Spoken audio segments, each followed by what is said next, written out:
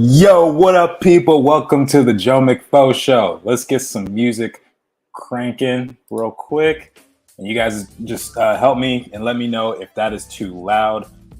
It's not any higher than I normally set the music at, but just in case, you gotta do your due diligence.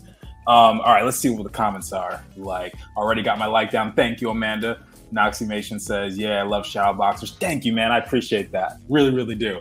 For the record, if anyone asks me, you guys should get rid of this daylight savings thing. Hey, you know what? I'm all for it, man. I'm all for it. I don't have the phone number for the person who's in control of that, but yeah, we'll figure it out one day.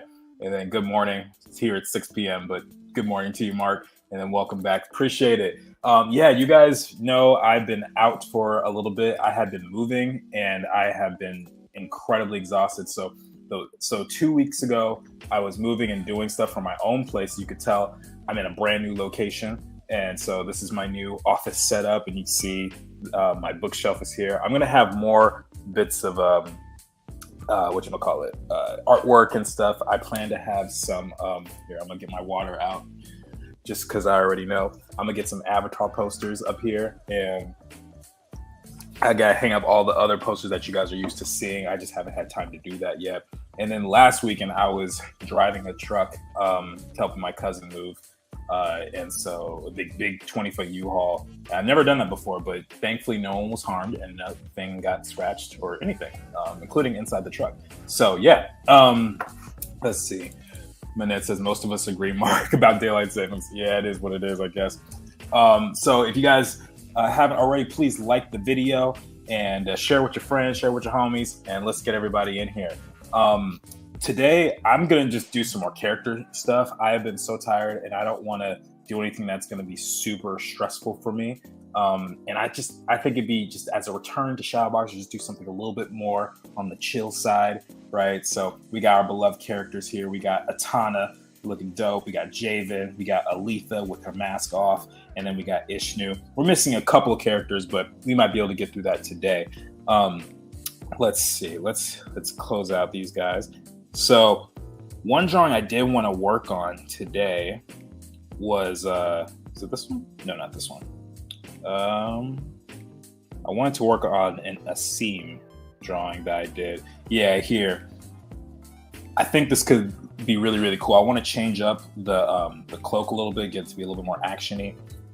And maybe I might need to see if I can get the pose to be less stiff if possible. So we're going to try that out. So I'm going to resketch this. And how are you all doing, by the way? I hope you didn't miss me too much. I missed you guys a ton. I missed doing these live streams, but there was a point where I think it might have been my last live stream. I was actually so tired. I was almost falling asleep during the live stream. You guys can probably watch the last video for that and see for yourself. But that's how tired I was. And I just needed a second to kind of recalibrate and get some things going. Here we go. I have my reference. Asim, by the way, is the father of Javen, my Shadowboxers project. And right now, I'm just doing some cool action poses because I want to make stickers and posters out of these and everything. So yeah, that's the whole purpose of that. And Mark of Art says, Happy Easter, everyone. Happy Easter to you guys. Hopefully you guys all had some time with family and friends or, got to eat some good food or something like that. I myself had a pretty chill day. Went to Trader Joe's, first I did my live stream with Clara, went to Trader Joe's, got to talk to some family, and it was pretty nice. Nothing too complex. All right, so let's get a seam here. I really like drawing him because he's super angular in the face and triangular, and there's something really fun about that. I took a lot of inspiration from Phil Barrasa's style when it comes to how I draw characters. And if you guys don't know Phil Barrasa, he's basically responsible for DC animated universe in terms of the visuals, like Young Justice and a lot of the Batman movies and stuff like that. And I've taken a lot of inspiration from him and several other people, including Hichem Hagchi, Michael Buffington, who's my mentor. Who else? Sean Galloway, although his stuff isn't super angular, but I do love his stuff. And so, yeah, that's what we're that's what we were working on here. Do I have a sketch of just his body? Yeah, let's start with this. Let's start with just the body pose.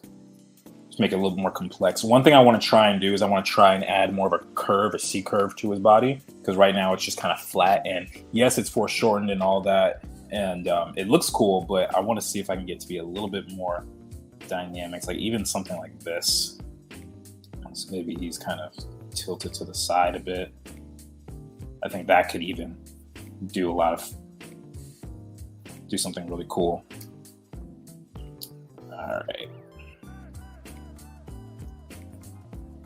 All right.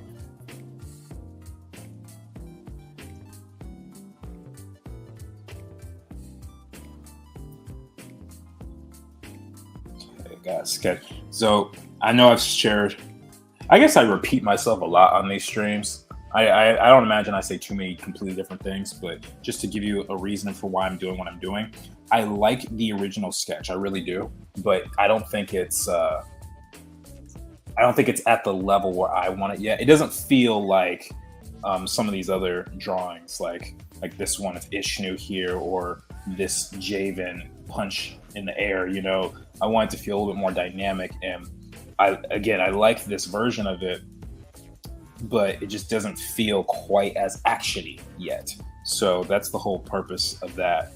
And I have another one I want to do after this one of Aletha, actually. So Manette, you might appreciate that. If I can, is it this one? No, not that one. There's one that I think would be really cool to do. Yeah, I would love to complete this one right here. It's kind of a mirrored image of this one in a sense, just a little bit more dynamic. She's doing more of a lean down pose, you know, but yeah, I think that will be a lot of fun. So let's clean that layer off. All right, cool.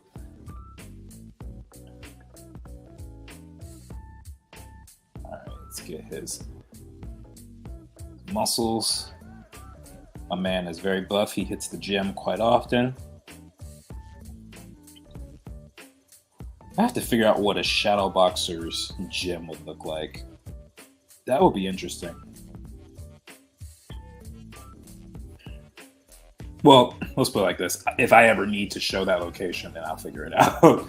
Because it might not be something I need at all in the grand scheme of things. There's a lot more stuff to my story than a Seams workout routine. All right, so now let's get his leg here. Amara says, hi, I'm late. My boyfriend and I are picking color schemes for the demo he's working on. Thank goodness the art's done. That's awesome. Glad you're doing some cool stuff. I spent the weekend at my older sister's place. We went to a fossil park and just hung out, so it was kind of nice. Twin sis got my nephew a Geo to break open because he's still really into rocks and has apparently been wanting to break some. She sent pics and it looked like he had a lot of fun. Those are really cool. I've always enjoyed those. I tried to do a painting of one time for my senior show at RISD, and it did not come out that great, but I tried. I did the best I could. Kathy says, hey y'all, what's up, my friend? What's up, Kathy?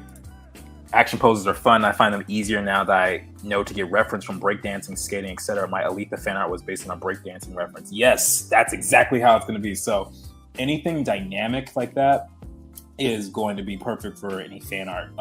So I also use reference of figure skaters, ballet dancers, especially for someone like Kayla. Kayla's really got a lot of those elements. Javen is definitely in the breakdancing thing. I think Aletha is probably more martial arts specifically, but I bet she could do some breakdancing. So yeah, definitely want to have those references. And this one, because I have the sketch done already, I don't really have to do a ton of extra work. By the way, guys, I have a pretty unfortunate announcement to make. Since I moved, that means Ace will no longer be making cameo appearances in my live streams. I know you guys all love him. I love him too. But he technically wasn't my dog. He was my roommate's dog. And so all the memories that we have of our boy Ace, maybe he'll come over one day. Maybe I'll dog sit or something like that. But that is the unfortunate news. So we will not be seeing any puppies, at least they're not planned like that. Maybe if they, I don't know. I think my neighbor has a dog. Maybe if I become friendly with them, they'll let them stay over or something like that. But yeah, so you guys are just stuck with me and my boring face the rest of the time. But you guys can look at my beautiful kids. My kids include Javen, Atana, Kayla, Alita, Asim, Vishnu, and Mashaka and Ghazali. In case you're wondering. All right, let's see. So this is looking kind of cool. I think this arm is way too long, though. It's foreshortened. And so that means you want to have some really strong overlaps, but you got to be careful that you're not stretching things too long. If you stretch it too long, it won't feel like it's going back in space. So yeah, just got to be careful there.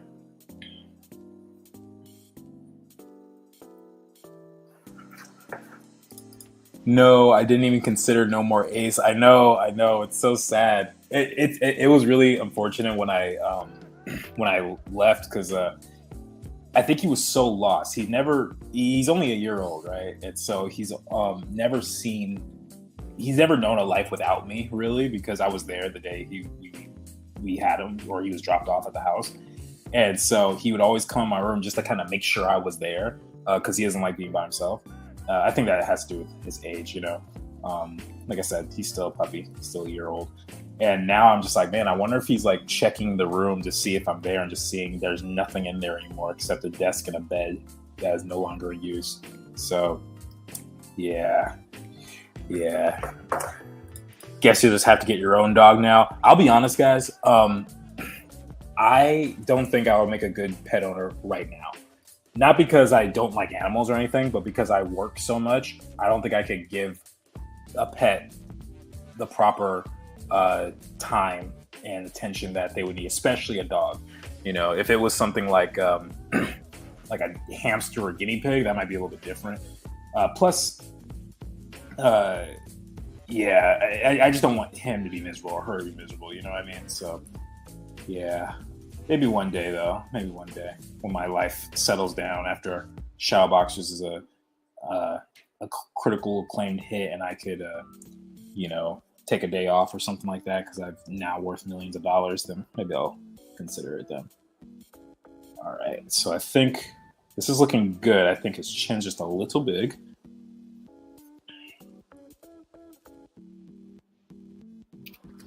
Yeah. Okay. There we go. Amanda says, are there sports in Shadow Boxers like airball, show, and pro betting? Oh my gosh, you just did a triple threat. Hold up. And Kathy already called it H2O time.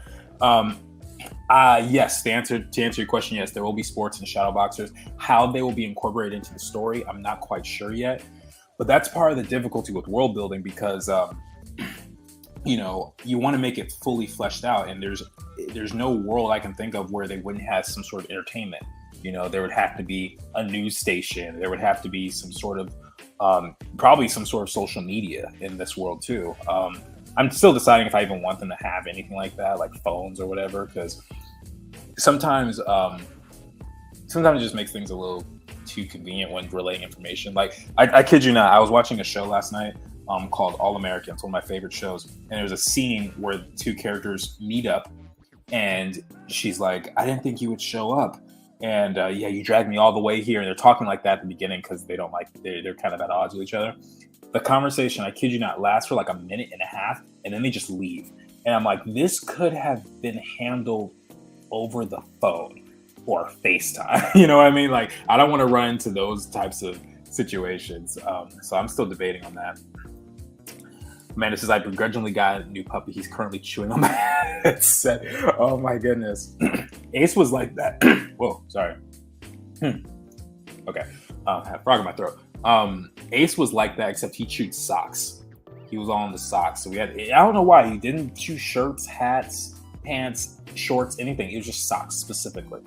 Honestly, that's a very responsible mindset. I think some people just think must have pet and don't really consider all the time and energy involved in taking care of an animal. Yeah, I mean, look, sometimes it's hard for me to like get exercise on my own, just make sure I get out of the house for my own personal walks and well-being and stuff like that, let alone an animal who I am totally responsible for. So again, can I see myself with a dog or a pet in the future? Sure, but right now it's just not for his or her sake. It wouldn't be a fun life. It would actually be probably miserable for him because I'd be stuck inside all day. So yeah, all right, I think that's I'm already liking this a lot better.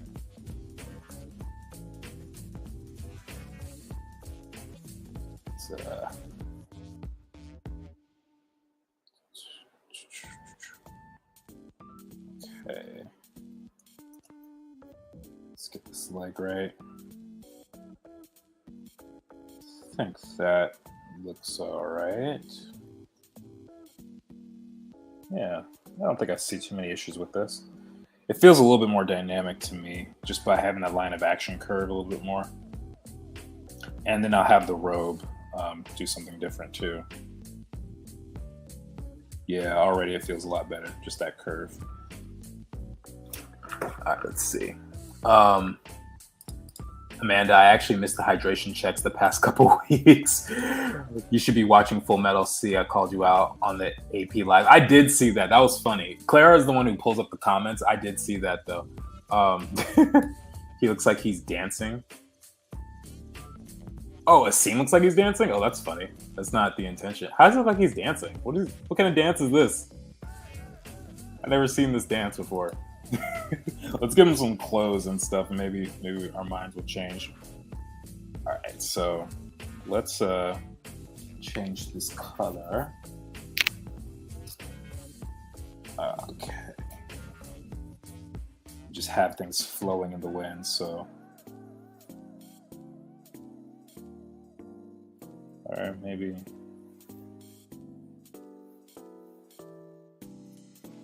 It's like a big old cape. It's like a Superman or something.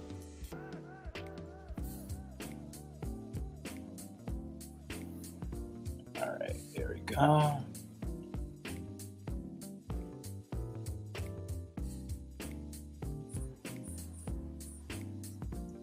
By the way, guys, so I was considering something. Because here, let me get my water ready. Hydration check coming up. I'm going to mention Spider-Verse.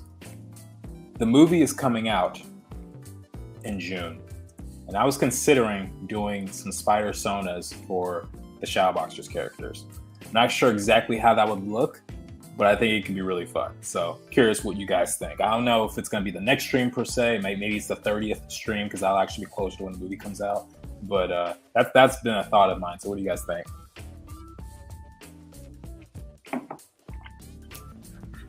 Mark says, look up Lingala. It's a Congolese dance. Okay, let's look it up.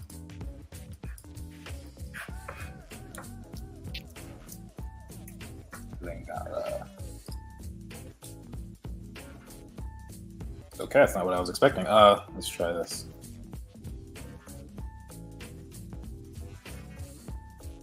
Oh, wait, I think I might have seen this. Seen these types of dances. I'm trying to find the best reference that we can use.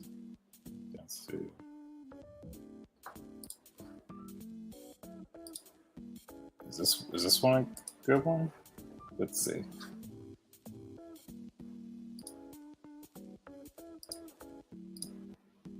Okay, they're just running.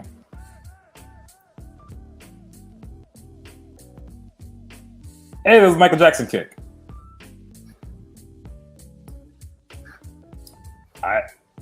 Okay, hold on. I'm not sure I see it, but in this pose at least, but that is a cool reference though. I appreciate that. My dog is now barking at me. Yes, finally, SB Spider Sonas. Yes, I'm all for the Spider Sona idea. That'd be fun. We're going to die of hyperhydration. Go for it, sounds fun. Okay, looks like we're all in agreement there. On those types of days when it's like exclusively themed towards fan art and the stuff that am obsessed with. I won't even say just that I like it. Obsession is probably a closer and more accurate word. We'll probably have to cancel the hydration stream checks just like we did for the last fan art stream, because like I said, otherwise we would all probably be accidentally control alt deleting ourselves, and that is not my goal on any of these live streams. So yeah. All right, so let's get the sleeve here.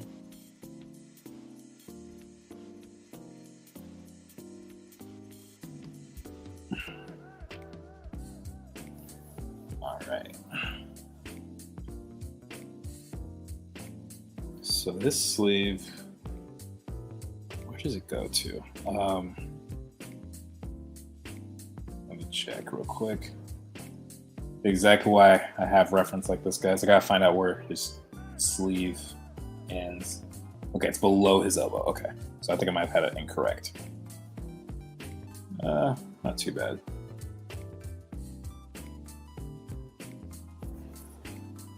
All right, there we go. That's a good spot.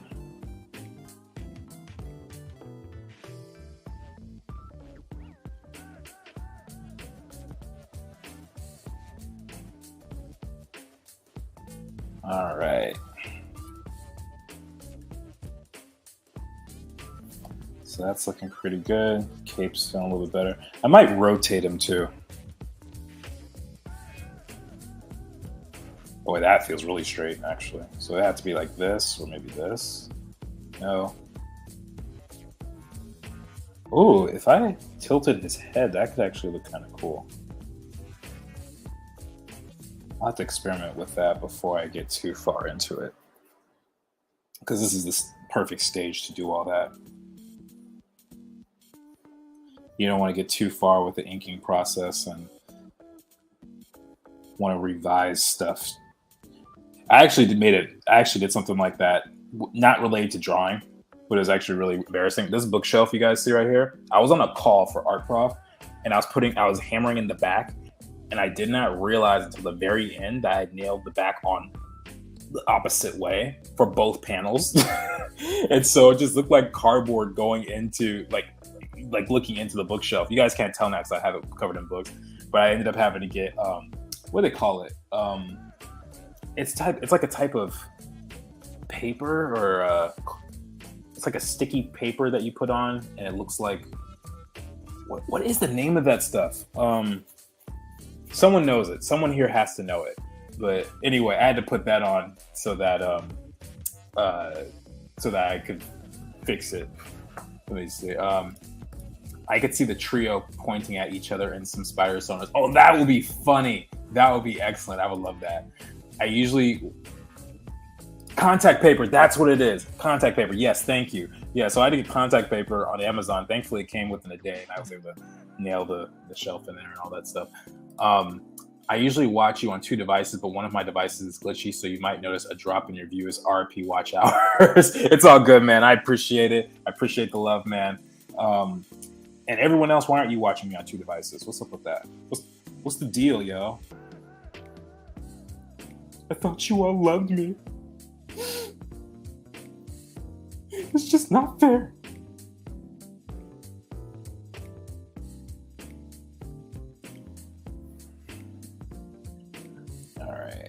Let's get that there.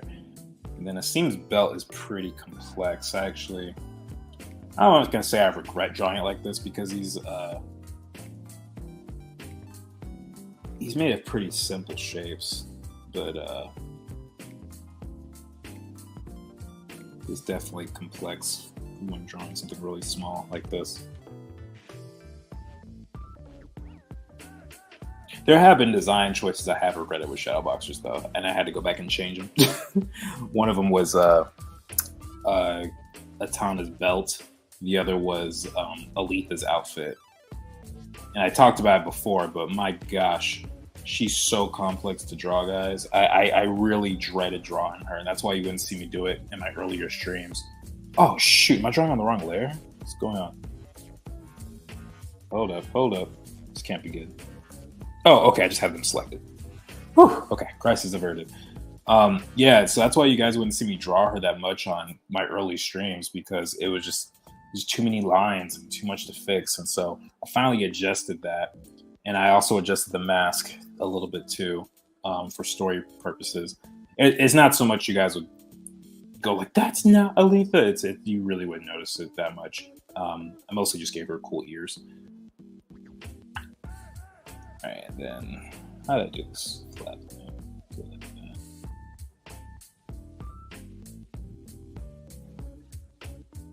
Okay.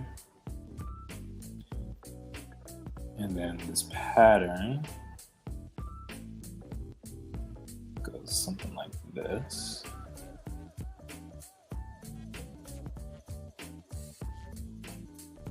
There we go.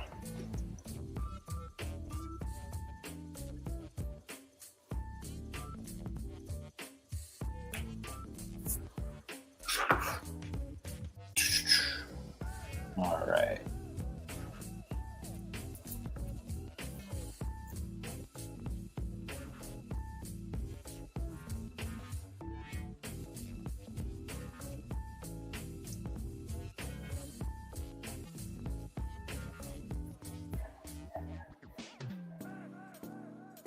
Someone's dog is barking really loud. I doubt you guys could hear it.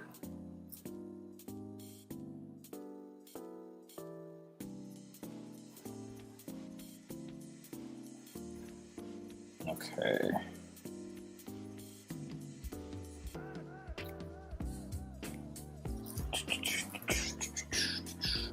Let's get that in front here. Boom.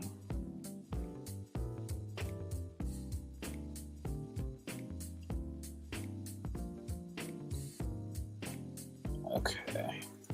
So that feels about right. Let's get this fist looking nice and strong over there.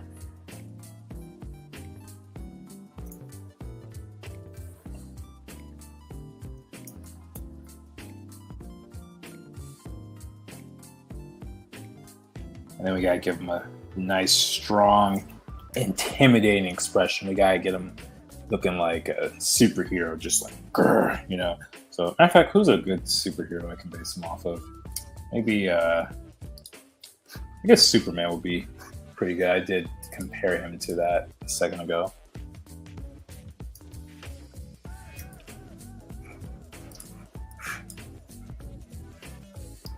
Superman comic mad. Seems not too bad. I just think about facial expression. I'm not really worried about the style or anything. This one's in the right pose, close.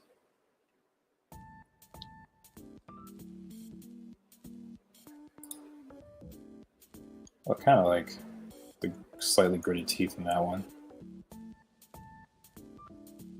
Let's try it. See what happens.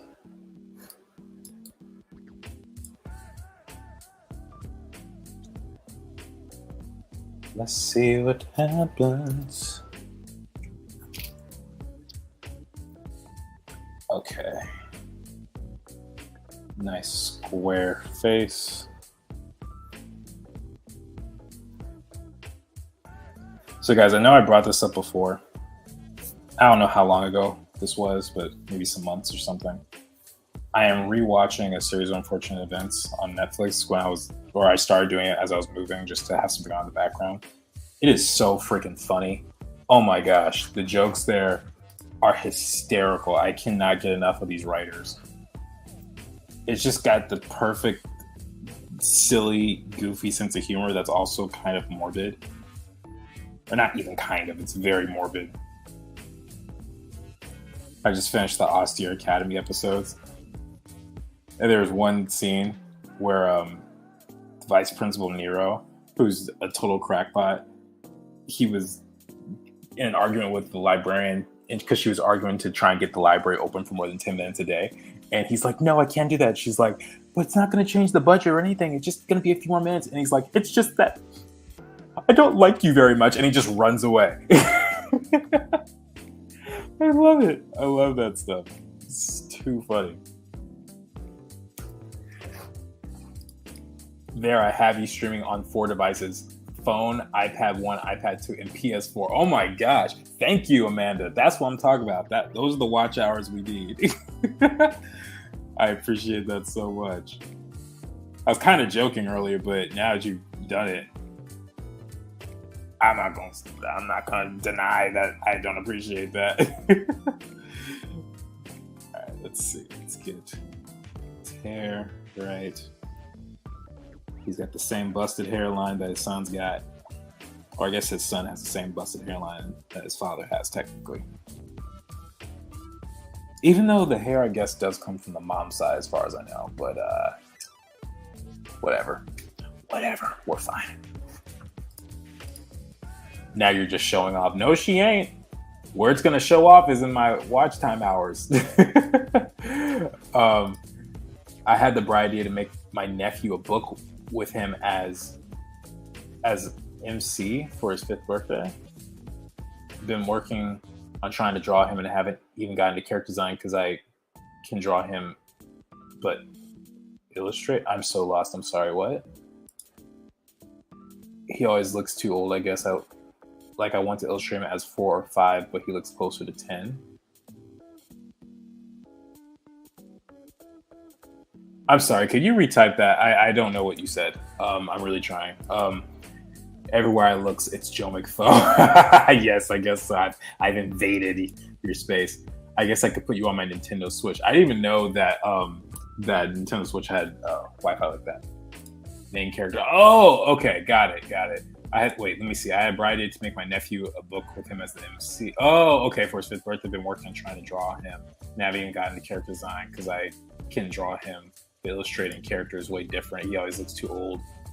Okay, so typically age is shown by proportion and just how developed the features are. So, for example, I was teaching a class, and this one of actually the really strong students in the class did something where she's drawing children like 5, 6, 7, 8 years old, and she gave a little boy an Adam's apple, and she couldn't figure out why it was so bizarre looking. And I was like, well, 8-year-old boys don't have Adam's apples. They actually look very similar to little girls, because it's usually like their demeanor or character, the haircut, and the clothes that will usually determine whether or not it's a young boy or a young girl at that age. And the example I gave was 11 from Stranger Things.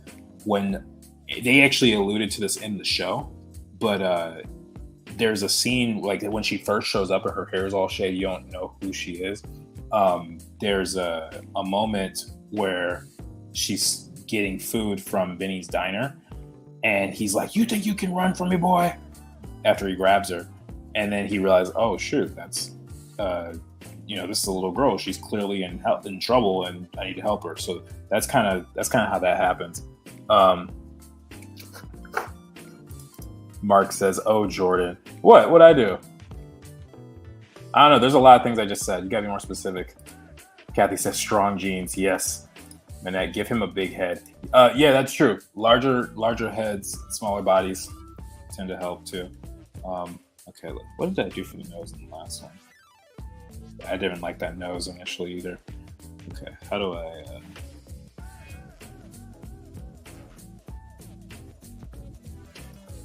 I don't want to show his nostrils because we just got to show him looking down.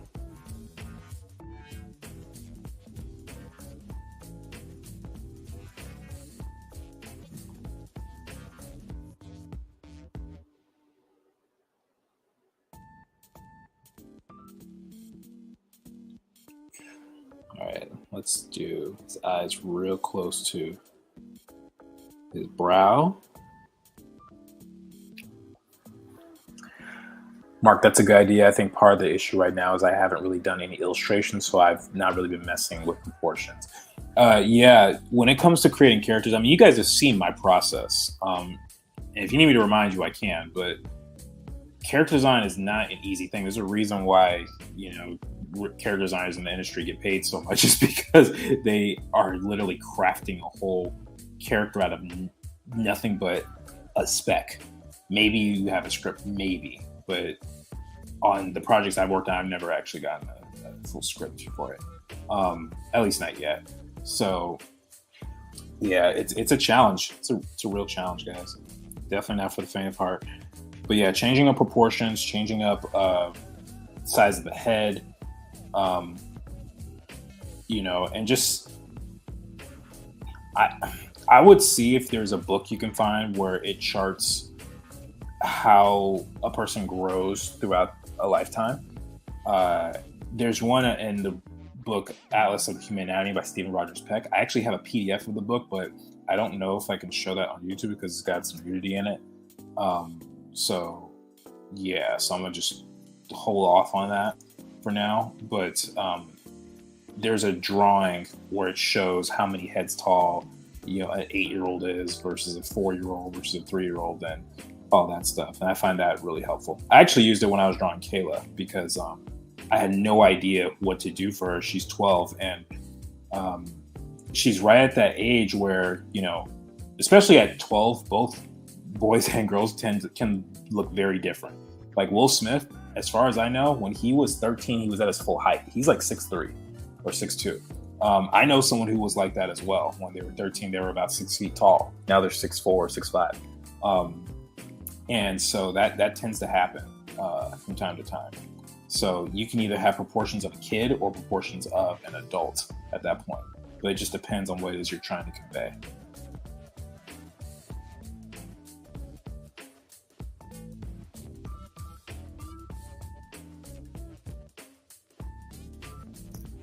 Let's move up the mouth just a wee bit.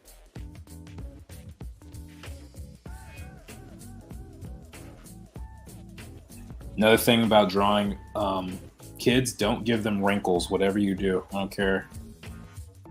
Wrinkles are not going to be your friend when it comes to drawing young people at all. Because you could instantly make them look old. Like, if I did this, suddenly he looks like he's 70. I just added 2 lines. He's really only about 40. I also need to draw babies and older people, not just barely clothed ballet dancers in their prime. Yeah, you gotta get some experimentation done with that. It's super important. And quite honestly, I think it's more fun to draw old people because there's less pressure to get it right. So what I mean by that is I think the most difficult individual to draw is a beautiful woman between the ages of like 18 and 25.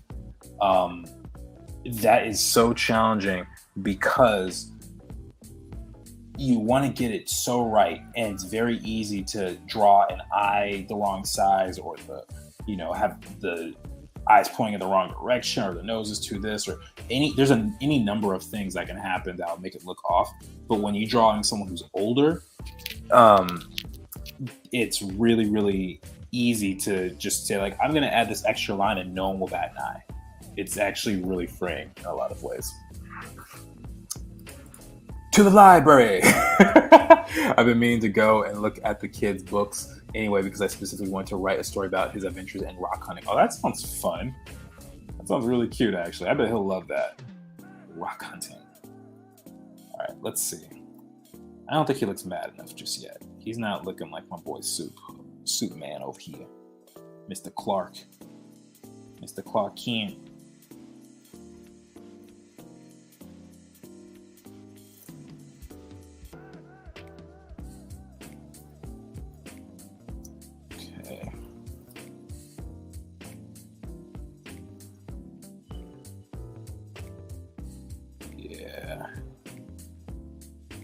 Maybe I meant to have him open his mouth just a little bit. I'll have to give him more of a bottom lip. And then, what's he looking at? Something down here, I guess. Yeah. He's like, grr, I'm protecting this town. Dun dun dun dun. But who's attacking? Who are the ones attacking? I don't know. Well, actually, I do know. You guys don't know. And I will not tell if you guess it right either.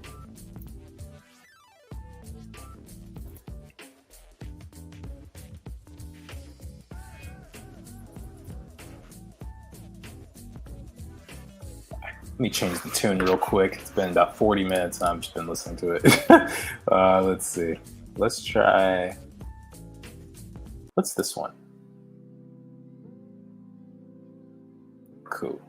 This one's Lazy Walk. Nice and lo-fi. Nice and lo-fi. All right. I think we need a bigger beard. This face looks a little small to me. All right. So with that, I think we can go and start inking a little bit. Let's see how it goes. I think this is the brush I was using. Amanda says the shadow boxers are attacking. I mean, maybe. Huh? You never know. You never know.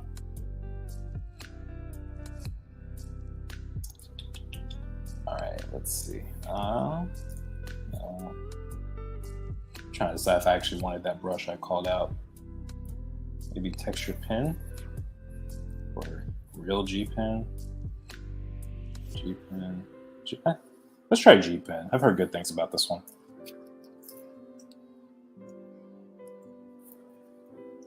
All right. There's definitely some things that are going to change throughout the process here. All right. First off, let's get his frown. We will not be turning that frown upside down in this drawing. There's something about drawing heroic characters mad that just looks really cool. Can't really explain it. Maybe it's more intimidating or something.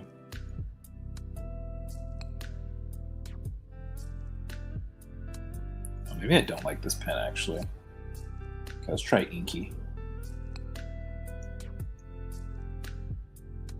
Oh yeah, this guy feels more natural to me. Okay. Well, sorry Clip Studio. Your default brushes are not for me just yet. Maybe one day I'll grow into them.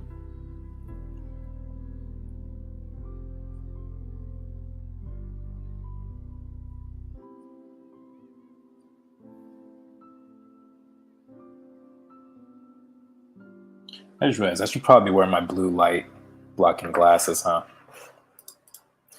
How much are physics involved when adding movement to a drawing? Is it something you think about? Without the strict calculations, yeah, physics would play a role. I mean, okay, yeah, hopefully you guys don't mind. I guess, wow, this is like really shining a lot. I don't wear glasses typically, they're just for blue light. Physics plays a role when you're doing action poses, especially, and when you add clothing. So here, for example, I have to think about the wind blowing in his cape, you know, and how that's going to affect everything. So it would play a role, but not to the point where I'm pulling out a calculator and going like, okay, if gravity is negative 9.81 meters per second squared, and you know the velocity of this, I don't do all that. If you're doing 3D animation, I know it plays a big role, though.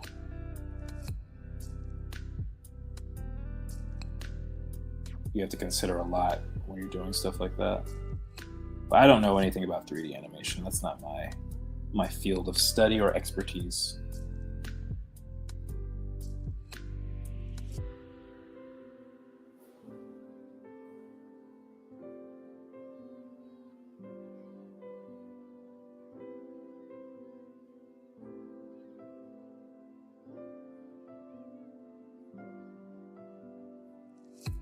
I gotta be honest, guys, this is probably the first time I've actually drawn a Shadowboxer's character since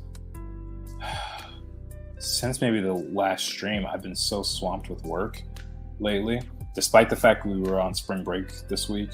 Because now, I don't know if you guys know, I have a studio job now, working for a mobile game company, and that changes up my schedule quite a bit. So the timing I have to do all the stuff I want to do for Shadowboxers might be a little different now, unfortunately, because I gotta pay bills. Does not mean that this project is going anywhere. Does not mean that's going in the garbage or anything like that. Just means that I gotta figure out how to get all this cool stuff to you in a reasonable time, on top of all the other things.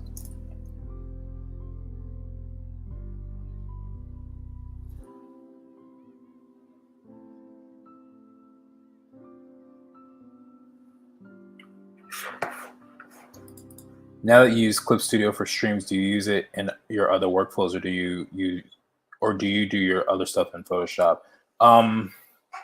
Depends, honestly. If I'm doing class, I typically will do it in Photoshop because that's what the other students are learning. Unless the file is so big that it's really starting to disturb the stream, because I do it on Zoom, you know. So yeah. Congrats on the job. Thank you. I appreciate that. Hey, I'm gonna change my position real quick. You guys want to see something cool? So I actually got a standing desk, one with a motor in it. So I'm gonna switch to a standing. One, because I feel like I'll draw better if I stand right now, and two, just to show you guys. So I'm not gonna move. You'll just see how everything just changes around. Yeah, everything's moving. I could do the whole stream like this.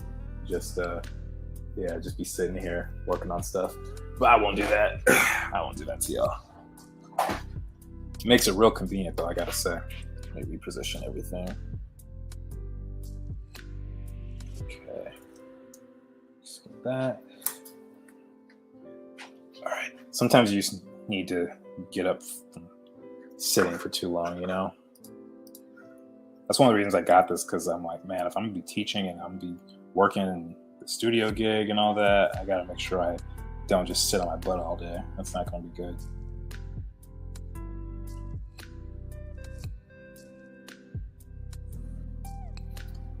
Do I have this vector eraser turned on? Yes, I do. There we go.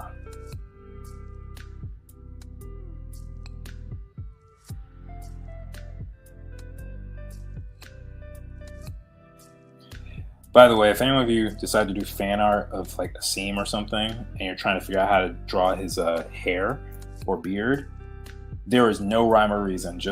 I just mix shapes. That's literally the only trick, and you just get it to look convincing. Maybe I should have a method to make it consistent, but I haven't figured it out. And if I haven't figured it out, I don't expect anyone else to do it in fan art. Uh-oh. Spinning wheel of death.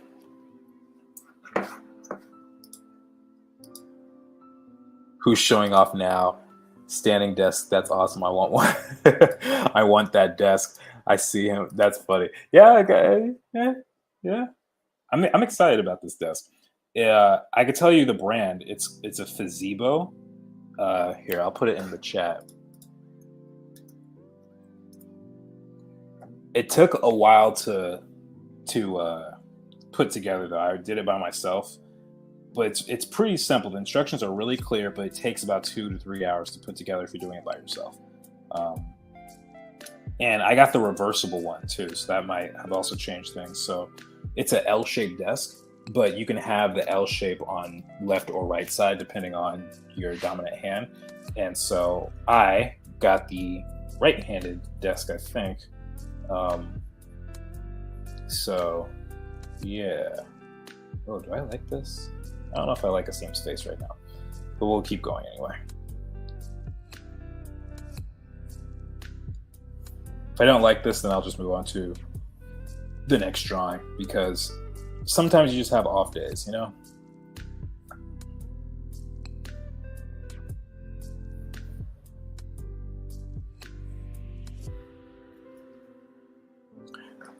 Jordan want that sponsorship. Yo, I would not mind a sponsorship. That would be pretty dope. I think that would be cool. I would enjoy that. Speak it into existence, Amanda.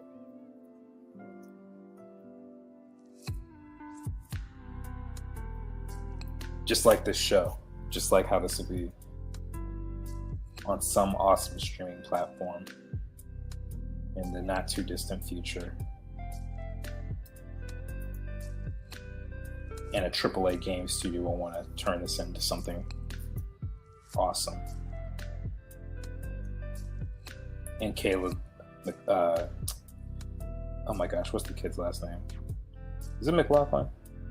Is that his last name on Stranger Things? What's the dude's name? Hold on, Caleb. Yeah, Caleb McLaughlin. I had it right. Yeah, I want him to voice Javen.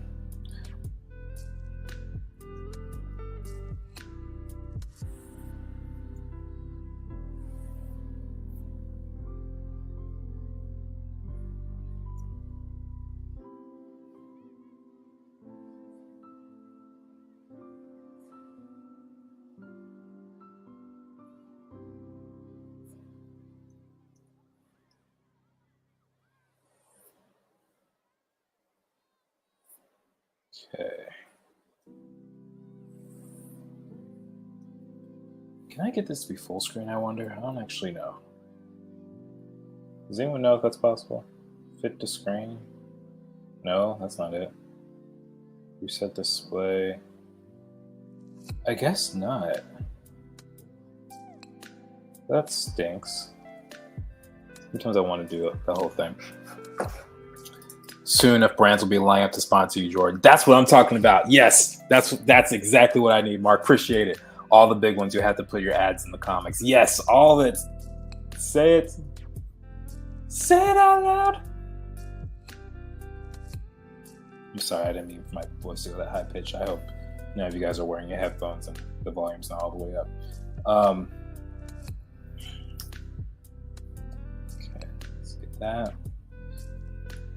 I'll be honest, I'm not sure I feel this drawing just yet. My inking is a little off today. I might just have to rework this later on.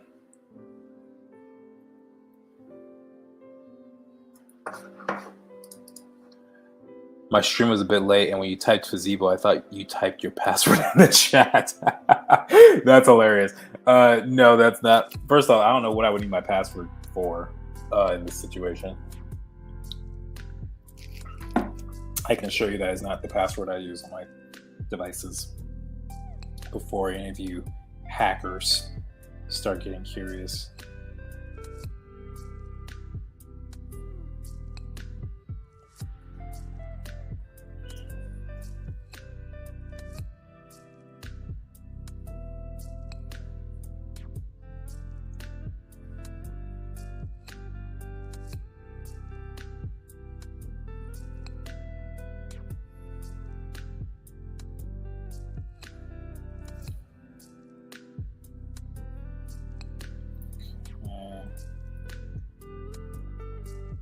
Oh yeah, I'm not feeling this drawing, guys. You know what? We're gonna give Asim a break. We're gonna give him a little bit of a break. We're gonna move on to Aletha just because I'm not feeling it right now. And that happens from time to time, you know? Not to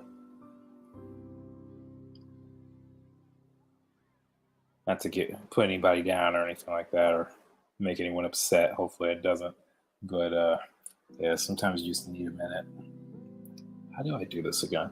There we go. Let's do Aletha. Let me turn off this heater. Hold on. Okay. Oh, I forgot I had this too. My little glove. Amanda says inking is so hard. Yeah, it is pretty challenging. And I also, like I said, haven't drawn in my style in a couple of weeks. So this might have been a little too ambitious, honestly, for a live stream. But you know what? I prefer that you guys see my off days.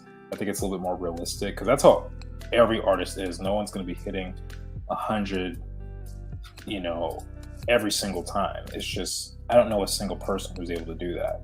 So for me, I think it's, you guys can see a little bit of the human side of me if you haven't already. Hopefully you all think I'm human. All right. Let's get this mask.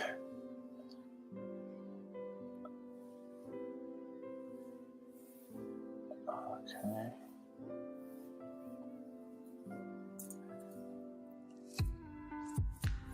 All right. And there's been a couple of changes to her mask, like I said, so I'll just improvise those here because I know what they are. The real changes are really the side of her face. It doesn't just cut off. You don't see her ear anymore. And then her eyes are kind of a void. They're not, you don't see her actual eyes anymore, which actually makes my life a lot easier because it's kind of frustrating doing all that. Maybe I was using textured pen. Maybe that's why. Maybe I wasn't even using the right brush this whole time. Oh yeah, the texture's different. I also am working on a new Cintiq as well, and it's a little glossier than what I'm used to. So I think that changes things, especially when you're talking about a very slick brush like I was just using on a seam. So that changes stuff too. Oh, darn it, I'm not using a vector layer. Hold on. Let's change that.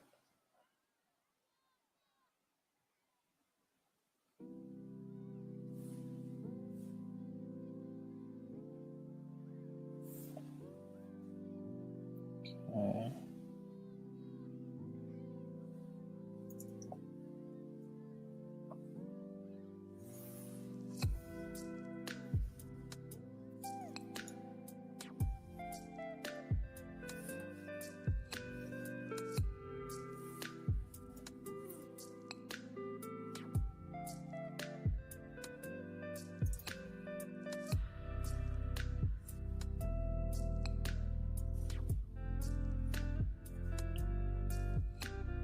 Alita's mask is so fun to draw, but you have to get it very precise. Like that curve right here. You gotta make it just triangular enough and just round enough for it to really work.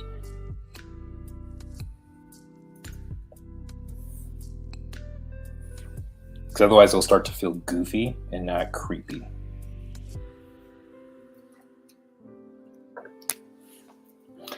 Mark says, as someone who's hacked several passwords, I would never have guessed Fazebo. Well, that's good. Whoever does have Fazebo as a password, I'm sure it's someone who like works at the company or something. Is like, Fazebo, no one will guess this. No one will think I'm dumb enough to use the same word that at the place that I work at.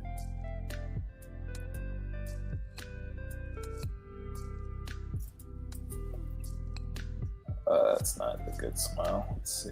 Can we? Oh wait, I forgot. Let's do this. Let's adjust these lines. Simplify, redraw. Okay. Yeah, this is something I love about the vector lines.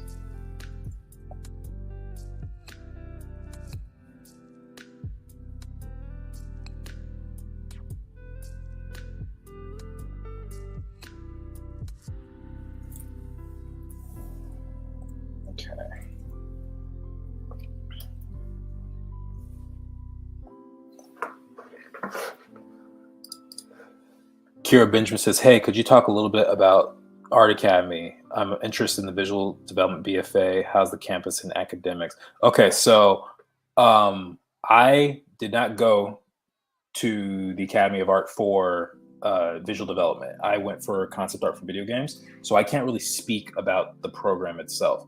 I guess let me ask you this: what are the things that you are interested in specifically? Is it more the academic side of things? Is it because you mentioned academics and campus, which one's more of a priority for you?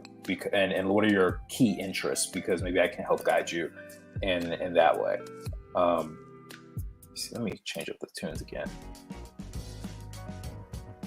Oh yeah, I always like this one. Usually that guy would use something like Fazebo 1 or Fazebo 2023. People are simple creatures sometimes, most times. Yeah, exactly. Let's see.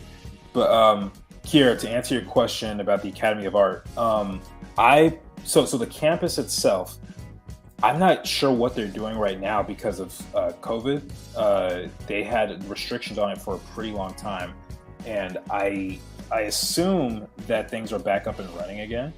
but I haven't been there. I work and teach remotely, so there's that. Um, the other thing is there's not really a campus. It's more like several buildings located around the city, and you just have to travel there. So yeah. Oh snap! Christian's in the house. What's up, man? How are you enjoying your spring break?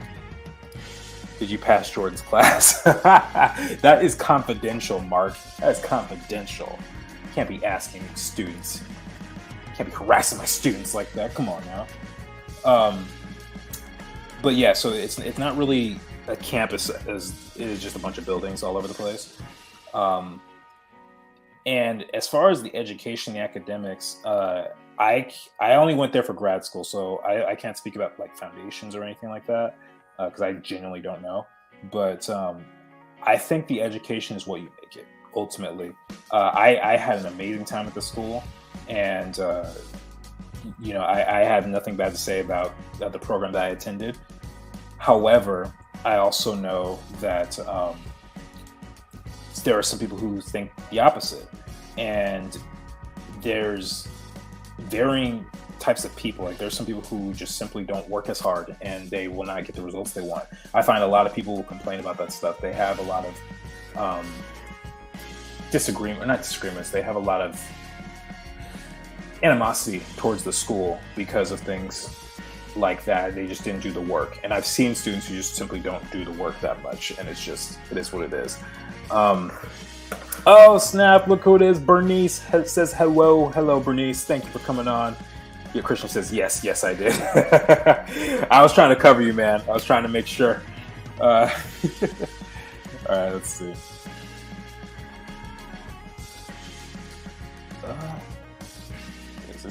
Why is it not drawing? Oh, that was weird.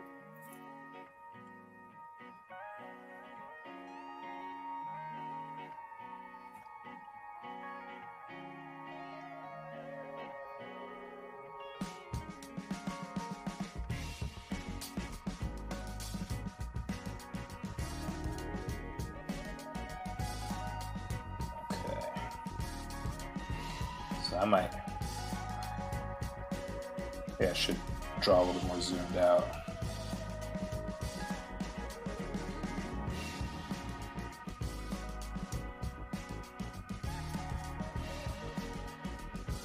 Let's get some of these.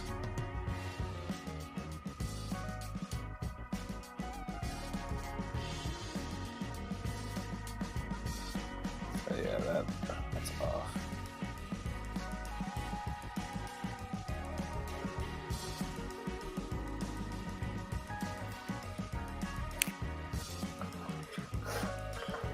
Bernie says, Happy Easter to you too, my friend.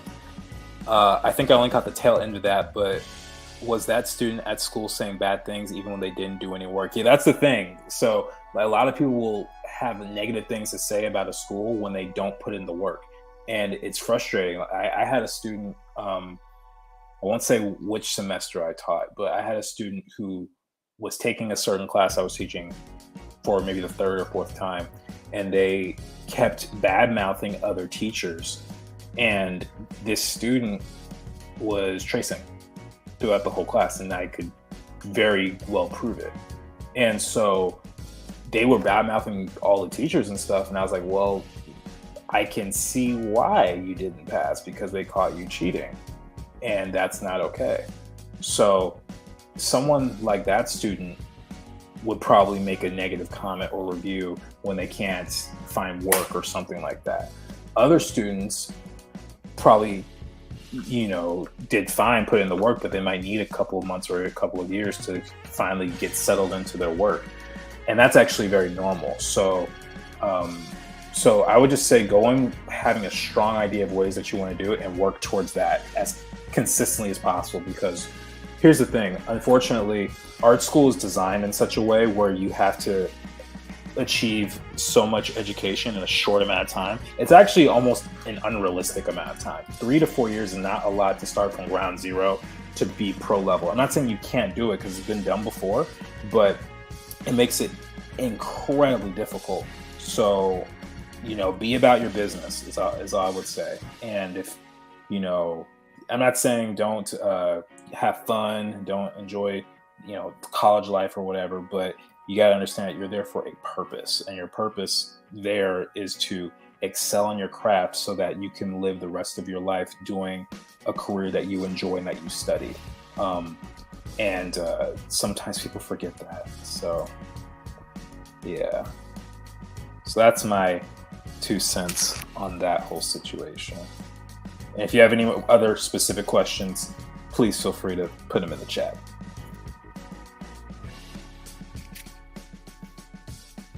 And to be fair, that goes with all schools in general. I can't speak about on-site, but I can give some input on being a remote student at the academy. Yeah, feel free, man. This is an open discussion. So anyone who's had academy experience and can help Kira out a little bit, I'm sure she would love the information. Any input is helpful. Yeah, see what I'm saying? Bernice says, oof. Well, in the end, they're only hurting themselves if the work ethic is like that. Sometimes it's fine not to immediately get something too. I had to stew on perspective and environment art for a bit, and now I'm an environment artist against my will. but you're working in the field, though. You're working in the field that you enjoyed. So the sacrifice, I think, was probably worth it, right? Christian says, I'm a concept design major as well. I transferred in from another school, so I was a bit behind. The academy helped me build my foundation. I'm still working on it, but they helped out a bunch. See, Christian's got a good experience. JK, I love it, but I didn't expect it to go that route. Nothing wrong with that, Sometimes just life takes us in different directions. And as long as you're able to go through those punches, go through those times, that's all that really matters sometimes. This arm is so off. Oh my gosh. Okay, let's see if we can fix it.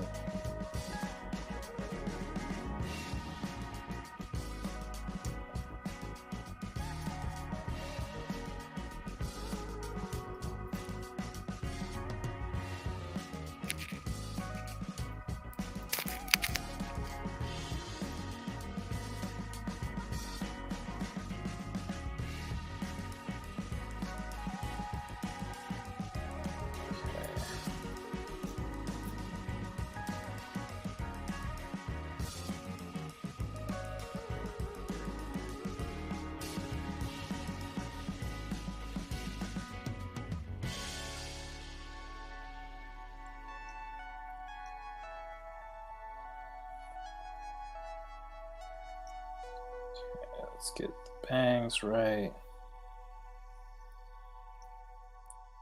All right. I'll come back and fix all the marks to erase later on. I'd rather get the line work down.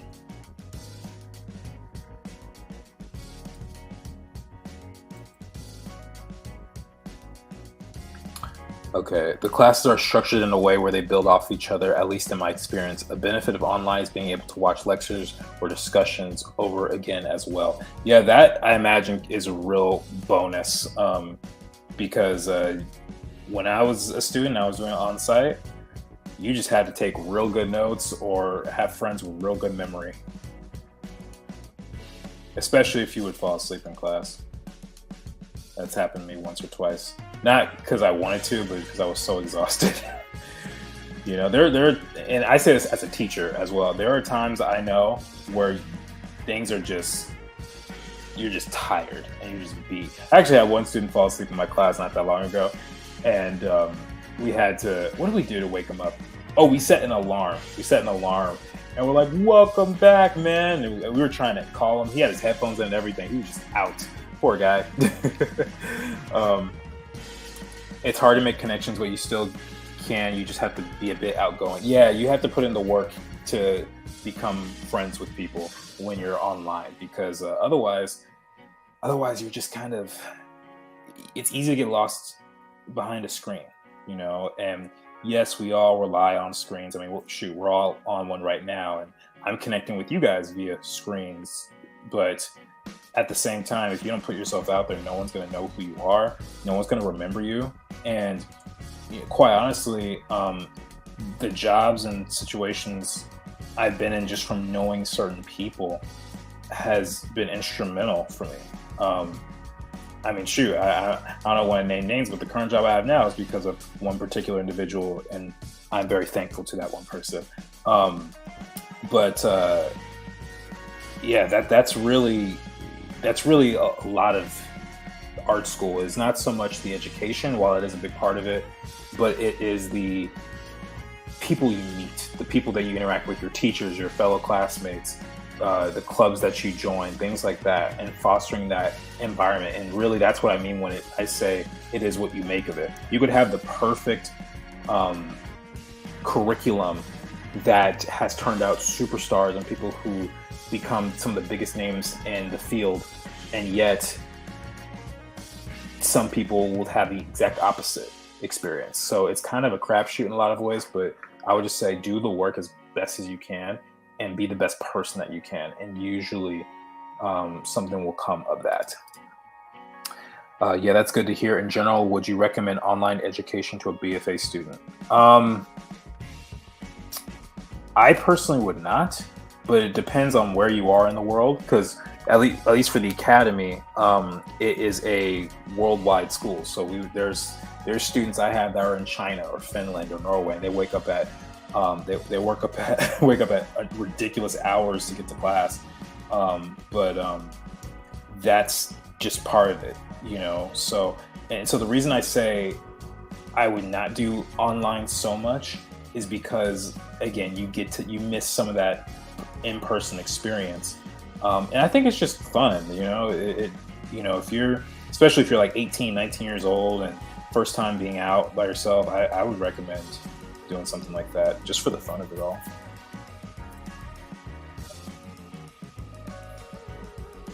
Oh man, my inking today is not where I want it to be. What is happening to me?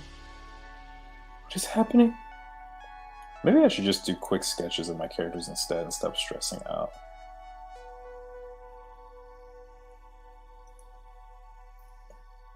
Well, this one's almost done. Let's see how far we get. Because I might end up doing that based on how all this is going. This is not feeling right for me. Just sometimes your arm is just not cooperating properly.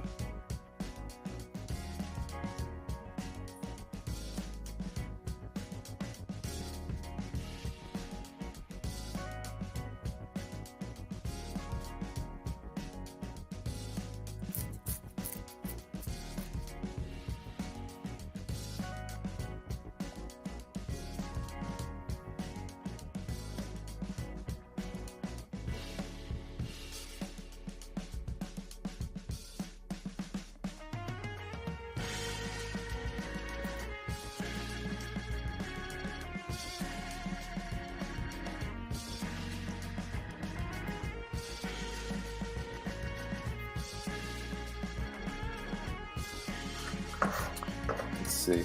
I personally have made more connections with instructors more than students just because I converse with them more, but people are usually pretty friendly. I think online is good if it fits your economic needs or just where you are, but you have to hold yourself accountable. I would have done on-site if I could, but the curriculum is the same as on-site. At least I think it is. Yes, that is true. As far as I know, at least with our program, it is the same, and you could do it from anywhere. I mean, my last 6 weeks of my master's program was online because of COVID, and nothing changed for us. Like, all we had to do was go on Zoom, and it was the exact same class.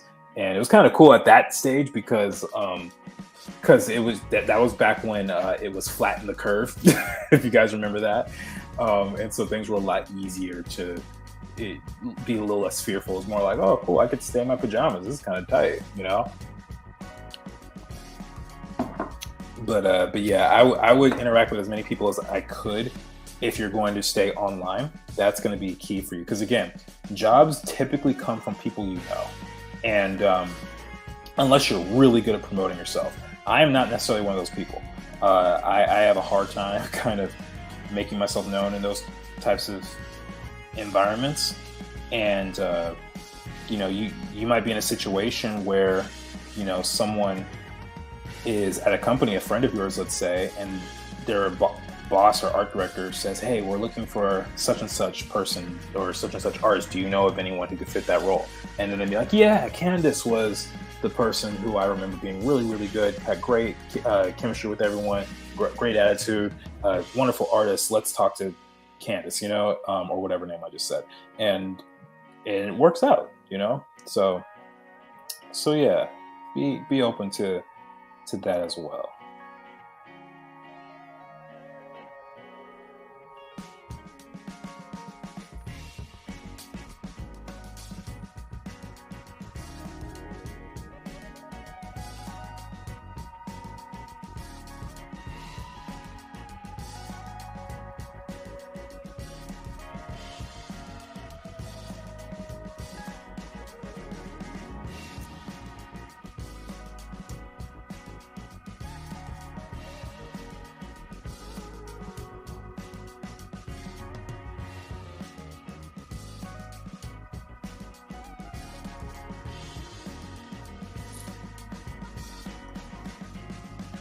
Let's do a little cleanup here.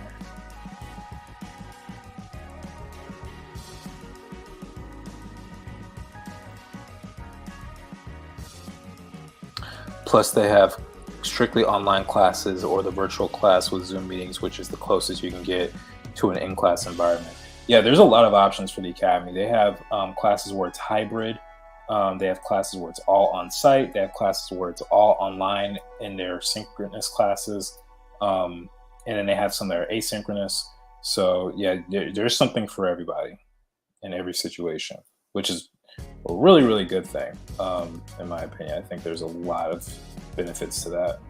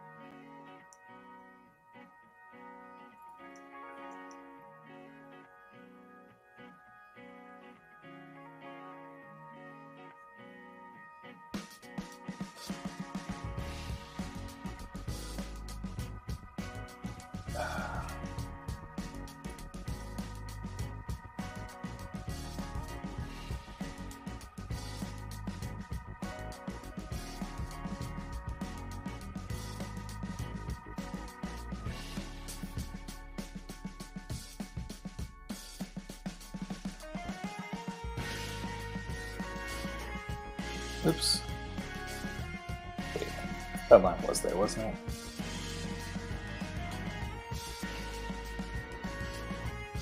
It was there, okay.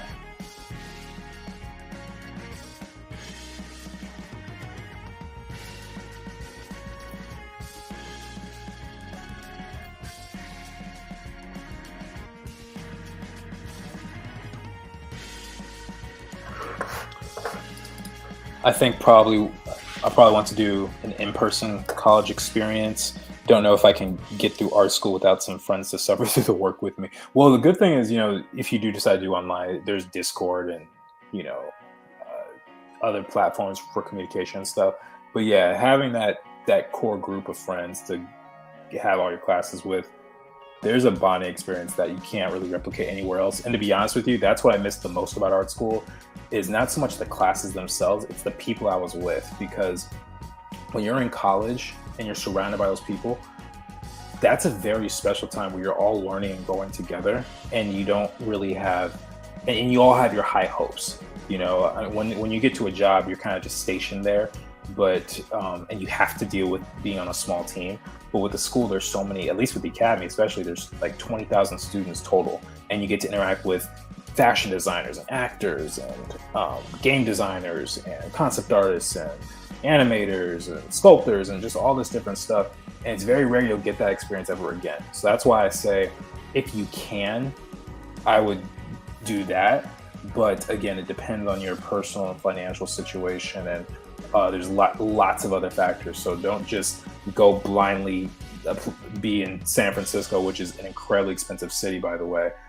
That's something you have to figure out too, is the housing, because my goodness, if I haven't been there in I guess a year and a half, and if it's anything like it was when I was there, it is not an easy place to live because it's so doggone expensive.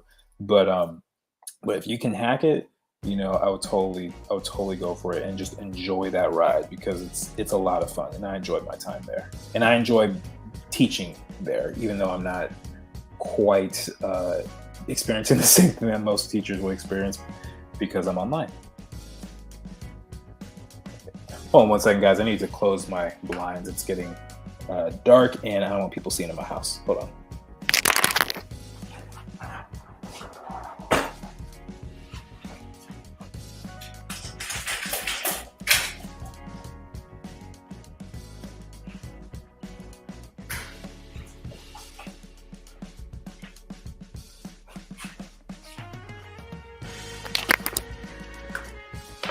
Okay. Yeah, that's the one thing I kind of missed out on. If you're able to do it on site, then I would. Yeah. Those were the days. Those were the good old days. That's all right, though. More good days are coming, I hope.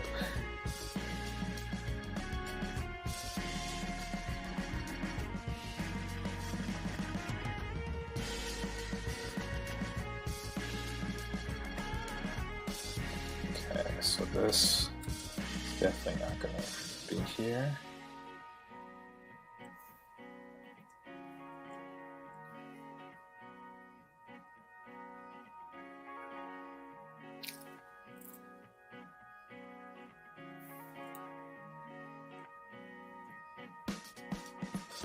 I love the vector eraser on this thing. It's so amazing.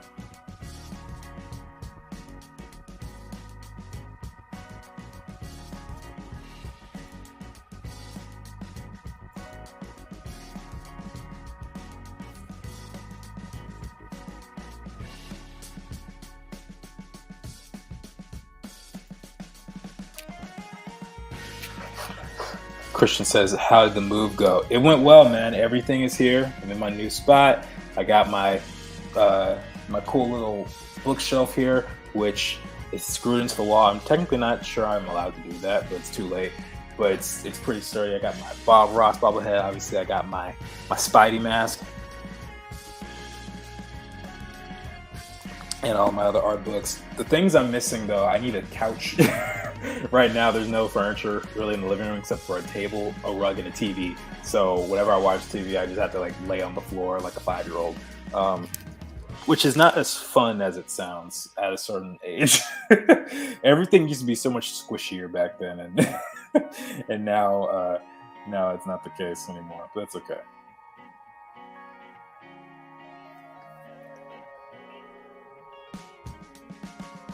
But yeah, I'm all settled in. Okay.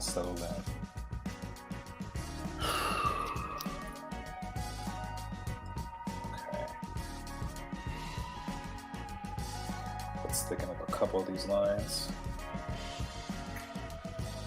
Redraw. What's the line I'm looking for? Adjust line width? Yeah.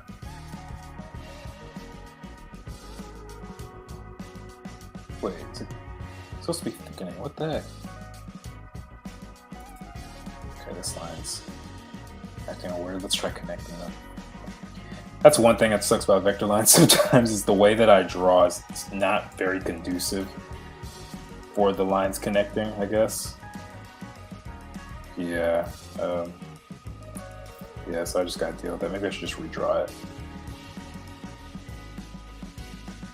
I want the vector lines for scaling purposes and for like the vector eraser, but I really don't know if the way I draw is helpful for it, honestly.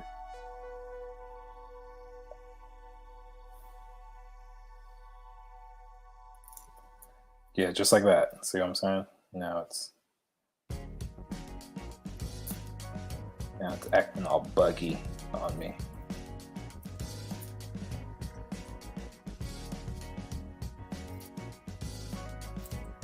And then this strand of hair doesn't quite fit. Maybe I'll just have it come in.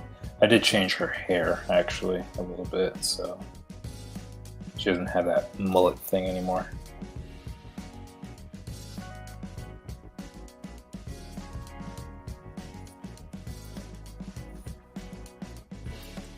Yeah, I just haven't updated her turnaround, so it's the best I got for now.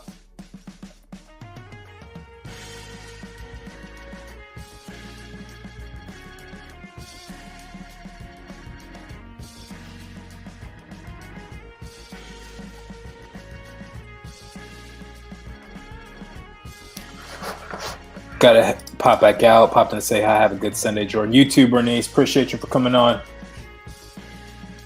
All right. So we're almost done with this one.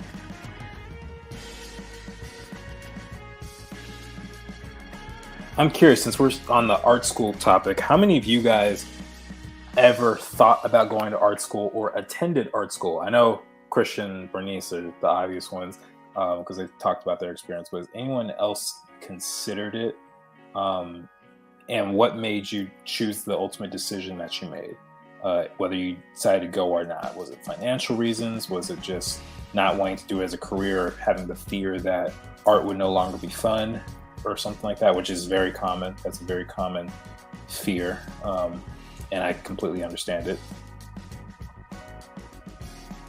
But I am curious.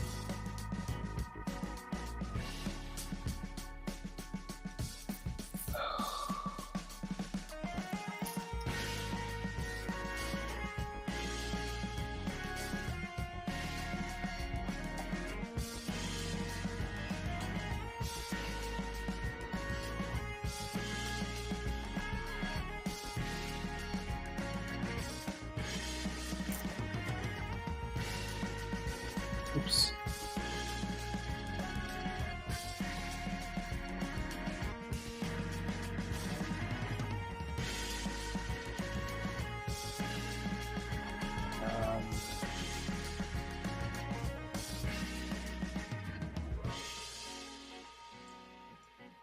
Alright, I guess Aletha's kind of done. I'm having such an off day, guys. You have no idea how weird it feels for me to draw right now. Which is not good timing because I'm expected to work tomorrow. I might actually take some time after the stream and just draw on some paper, get back into the swing of things. Sometimes you just gotta do that. You just need to take a break from digital for a while. Because I've been moving so much, I haven't had as much time to practice. Because I didn't just move myself, I moved my cousin too. And that was a whole venture. I won't get into that. But it was a lot.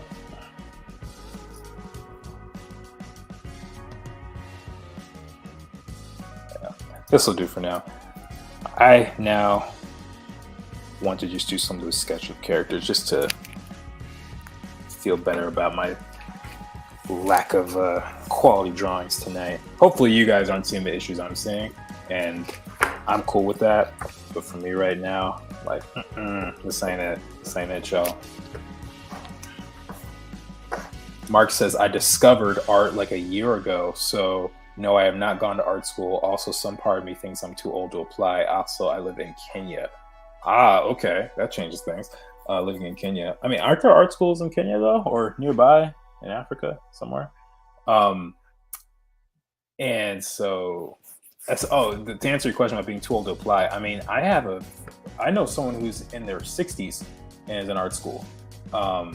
And is learning. So art doesn't really have an expiration date. It's not like being an athlete. If you were like 45 and you said you want to be in the NBA, I might say something. I might be like, okay, this is you're stretching a little bit. But you're talking about drawing? there's no real age to start or stop. You know, you could draw to the day you die, realistically. And so I wouldn't let age stop you. And quite honestly, you don't have to tell people how old you are.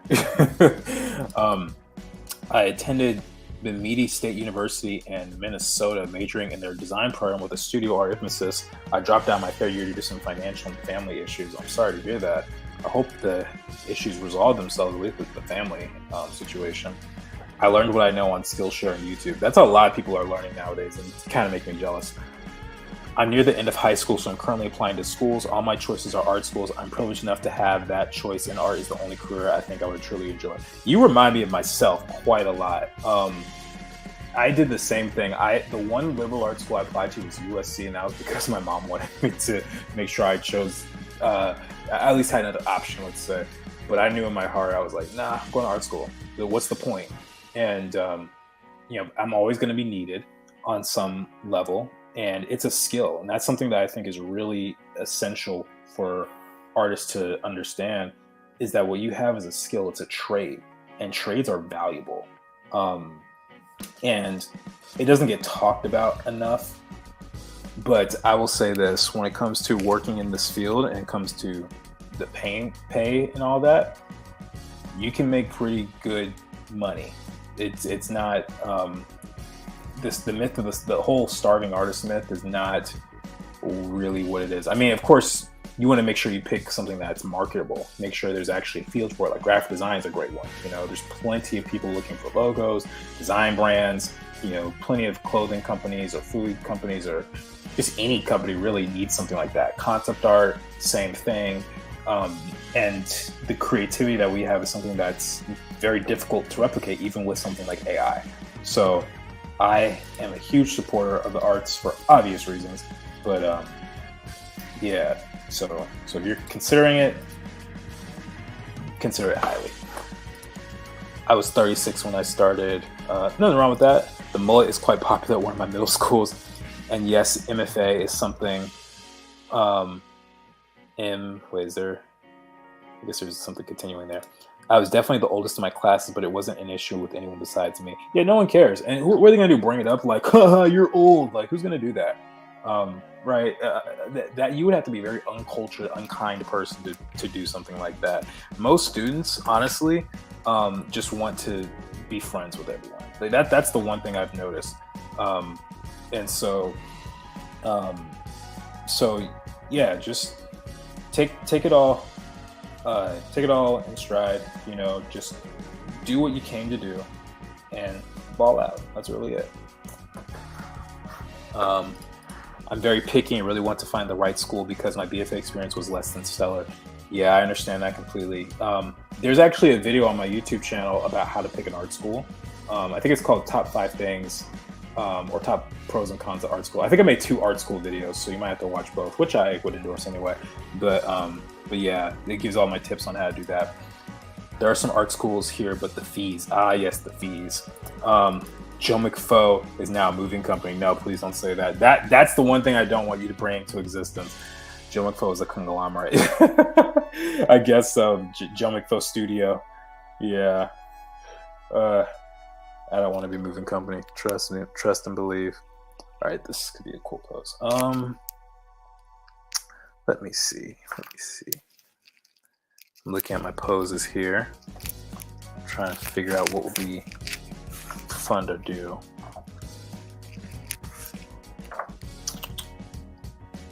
I think Kayla will be a fun one to sketch. I'm trying to find just the right one. Ooh. This could work, maybe. All right.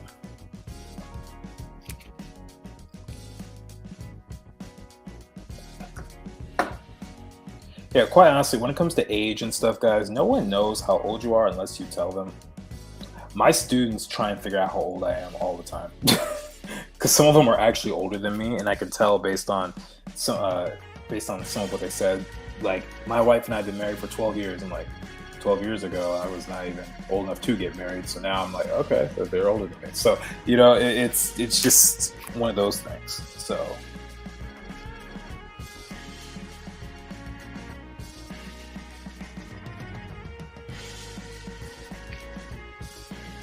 One time I had a student who had just had a baby, and the assignment was to draw baby photos, and he used the reference of his child for the entire homework. And I was like, that is freaking adorable. Do more of that. That was really sweet. Okay, so I'm drawing Kayla right now. I'm gonna have her doing this type of exaggerated pose here. One thing about Kayla is she is a child, so I don't want to emphasize things like the hips or give her adult body proportions. I think she's about 7 heads tall. I should have a diagram somewhere of that, actually. That might help me.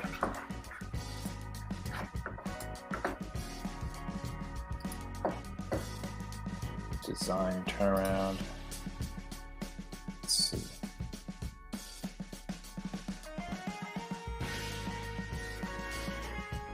Here we go. Yeah, so you guys see these yellow lines right here?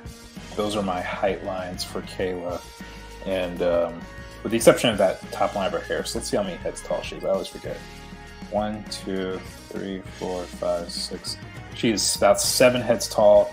You want to give her 7.5 with the Afro puff, then you could do that too. So how can I guess I'll move this to my other screen. I think we'll look at this for reference.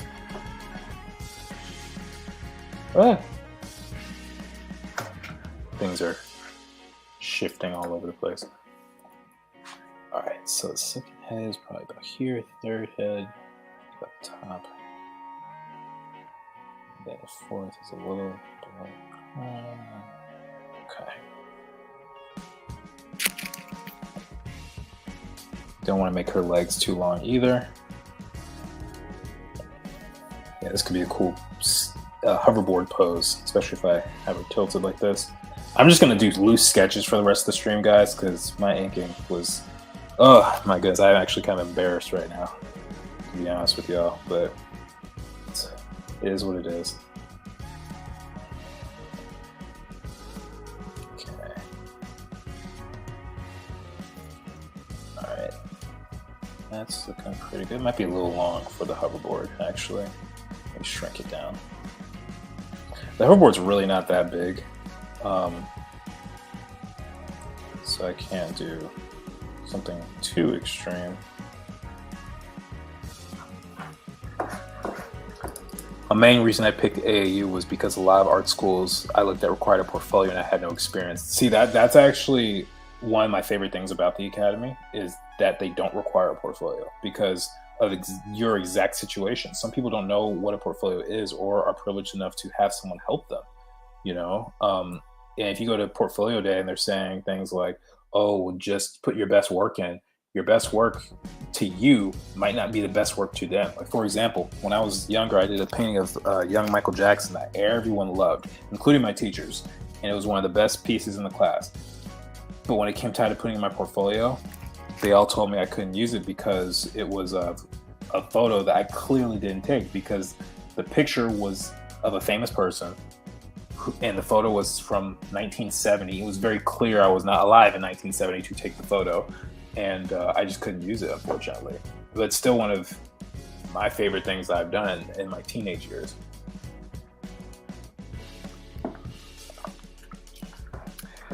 Donnell says, if I could live my life over again, I would go to BSU right after high school and go into an exhibit design program. What is an exhibit design program? I've never heard of that.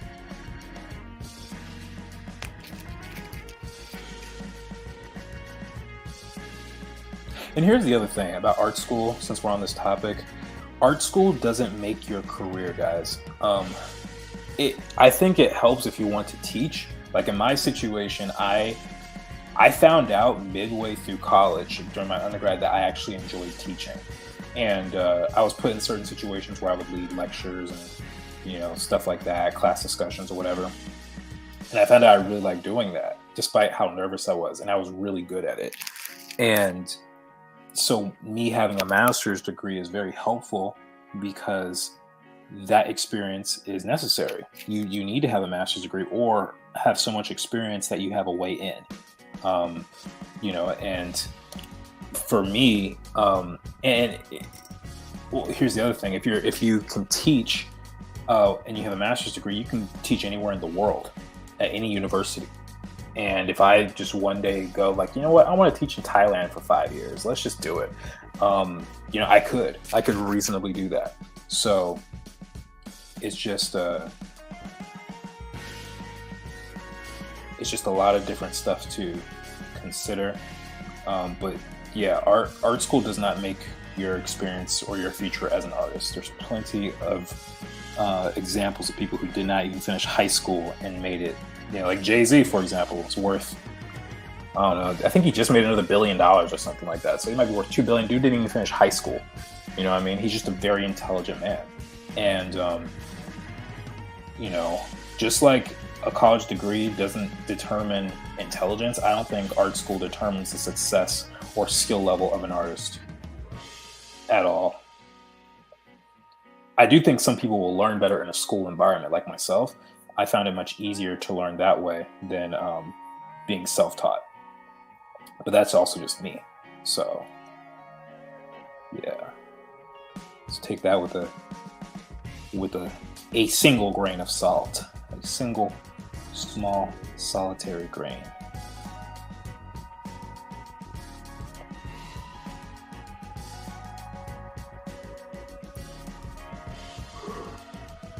This leg is going to be cutting this way.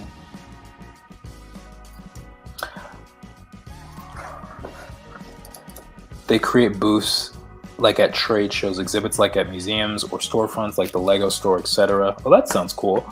Yeah, I definitely see the appeal of teaching. I was a TA for a ceramics class and had so much fun sharing my passions. Yeah, it's really cool. And quite honestly, I mean, you get to experiment a lot. And I think personally it helps you if you ever decide to go in the field and become a director, because when I went to a expo a couple months ago, and I showed my portfolio around at this animation studio, and the lady who was there was so impressed with my portfolio. She loved my Shadowboxers character specifically, and she's like, "What are you doing right now? Like, me, like, what I do for a living?" And I said, "Oh, I'm teaching at university." And she's like, "What?" She's like, "Are you kidding me? Like, you need to be directing." And she actually reached out to me recently about a directing position at her studio and thought I'd be really good for it. Only thing is I couldn't take it because I just took on this other job.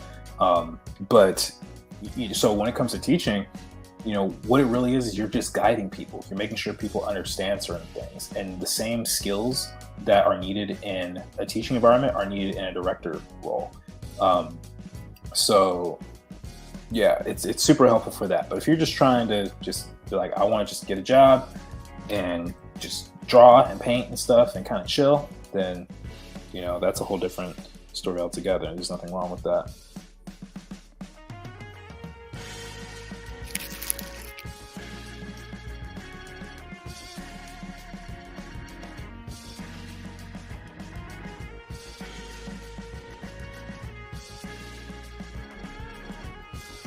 Let's see, what kind of expression should we give her?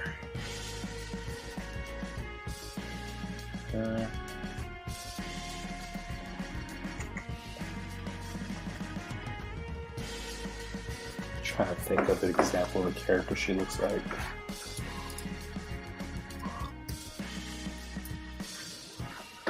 Okay,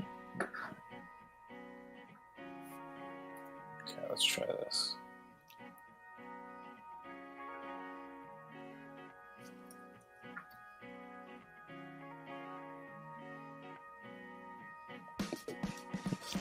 Get some little teeth showing. Drop it down.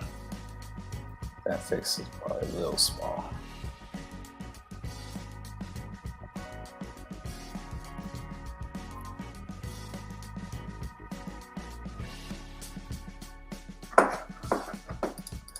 I always wondered how the teaching thing worked. I think I would like to teach eventually. Yeah, so basically, if you want to teach at the college level and you want to have the opportunity to teach worldwide, then MFA is pretty much required. That doesn't mean you can't teach at a college if you don't have a master's, but it's much easier and the application will get looked at first, let's put it like that. Otherwise you would have to have an in, or you would need to have gone to that same school, or you would need to have really, really solid experience and show clear skill. Those are the only ways that you can do that. And I think each school is a bit different, because sometimes you have people who are leading departments and they look out for their homies, right? I know someone who's like that, who just, he would hire people who were qualified. Maybe they didn't have an MFA, but they would be like, they're qualified, put them in. And that was it. The self-taught life is cool, but feedback is really important. Yeah, if you don't get feedback, then that's usually where things kind of fall apart for the self-taught artists. So finding community is super key. And, because just learning how to take feedback is a skill in of itself. And even for me, I remember the first times I got critique, I got angry because I never had such blunt honesty on my work before. Because, going to the school that I did, I was basically the best artist in my school. Everyone looked at me as the art guy, and I'm still known for that to this day. Like I have friends on Facebook who are some of my former teachers from middle school and high school and stuff, and they all see my work and they're like, I knew you were going to do this and you were always so good. And I think for me it was just, I never really gave up on it, and that's what set me apart. And it's just enjoyable for me. But when I got to art school, I didn't understand how critiques worked. I thought that people were attacking me as a person whenever they didn't like my work. And I remember saying some really disrespectful things, or very heated things. Like one time I was in an animation program. It was a pre-college program. I don't remember my teacher's name, but one time I was in the animation program, and what we were supposed to do was animate weather. And that was just the prompt. That was it. Now, keep in mind, when we're animating, we don't have the ability to check, because we're doing it all by hand traditionally, but we don't have the camera to check. So all you have to rely on is you being able to flip through the pages yourself. And you can't really check. It's just really hard because the labs were closed, which is a really bad way to do that. But anyway, I did a wave hitting a rock, and I remember my teacher in the critique said, it looks like a tongue licking an ice cream cone. And in my tiredness and my frustration, I said, well, at 3 a.m. it looks like water hitting a rock. I don't think she heard me, but that's the kind of reaction I used to have like 10, 11 years ago. And so, yeah, you have to learn that. You have to learn how to be receptive to feedback. And people who give critiques, I think, need to learn how to share truth, but say it in a way that is understandable. Like, you don't need to tear the person down. And what I try and do is I try and crack jokes every once in a while, just to kind of ease the tension, because it's such a vulnerable place to be when you're sharing your work and you're not sure if it's right. It's a very vulnerable place to be, and I understand that. Let's change up the music though. I have some teaching experience, not art though, and through that I'm thinking like a teacher. Teaching myself isn't that hard, but still feedback from someone who knows more would be an added bonus, especially like you said, art is a skill and not just knowledge. Yeah, so I mean, there's definitely benefits to what you just said there. So if you have the ability to teach already and you have that experience, then what in the world? Oh, I guess it's not the right color. So yeah, if you have that experience, then that's going to be super valuable for you and anyone you interact with in the future. Okay. Thin out her arms because she's a little girl. One thing with Kayla I often do is, which is not right, is I actually end up drawing her a little too big. Like her torso is way too wide for her. She's supposed to be a lot more skinny and frail. And I'm used to drawing like, Javen and Asim and Aletha. They're a full proportion, practically adults. Javen's 15, but he's close to adult than he is child, at least in proportions and stuff. And Kayla's still got a long way to grow. So yeah, so let me shrink this.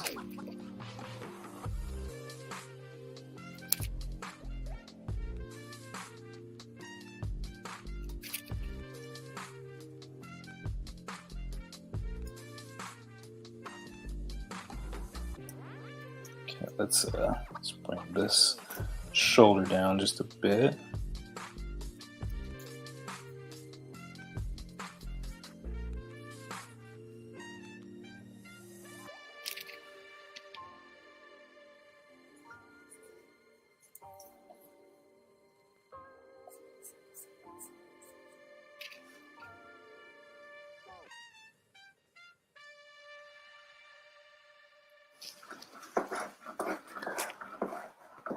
Christian says, okay, I've been thinking about going for a master's too. That could kill two birds with one stone. Critique of my old school used to get heated. Yeah, I bet they did.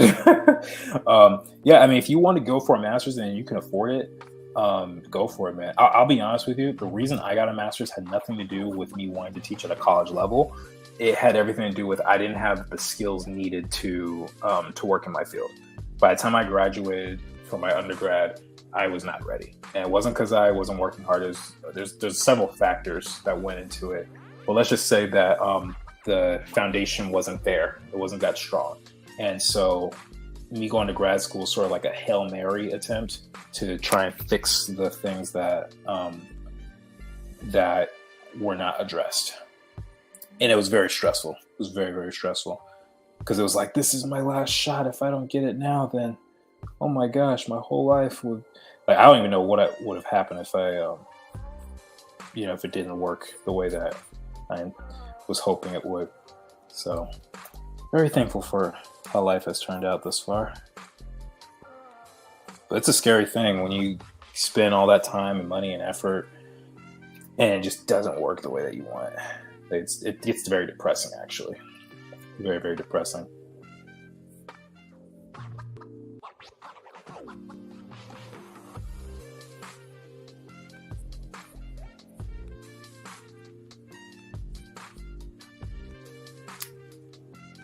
Can I pull up? Here.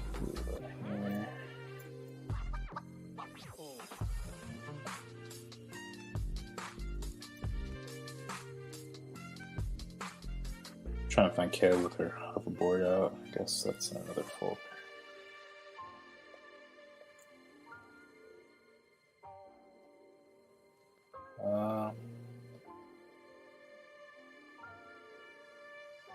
Close enough, I guess. Just trying to. I don't have the design of her hoverboard completely memorized, so I had to pull that up and see.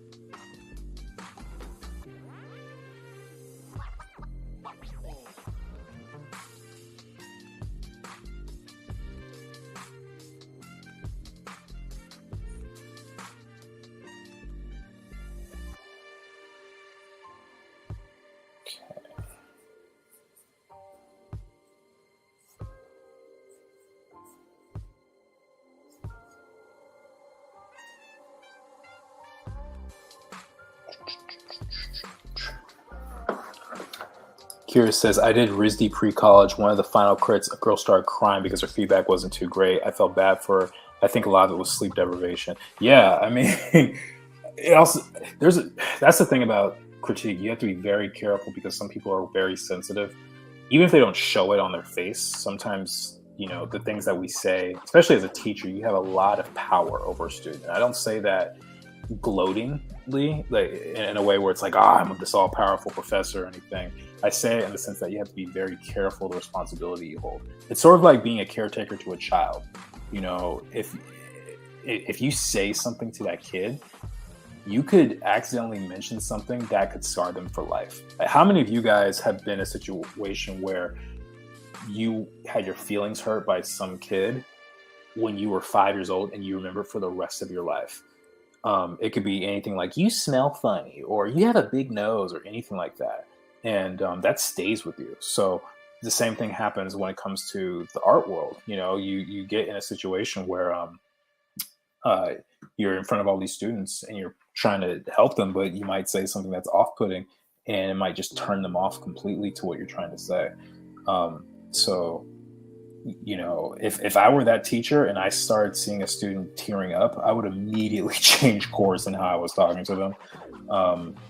You know, because that is, I mean, I don't know if how that student was spoken to. I don't know if it was harsh or not, but yeah, you gotta be real careful about that sort of stuff. Have you thought about your characters' last names? Do they have last names? This should be Afrocentric too, right? They all have last names, and I have not revealed them as far as I know. And some of them aren't super Afrocentric.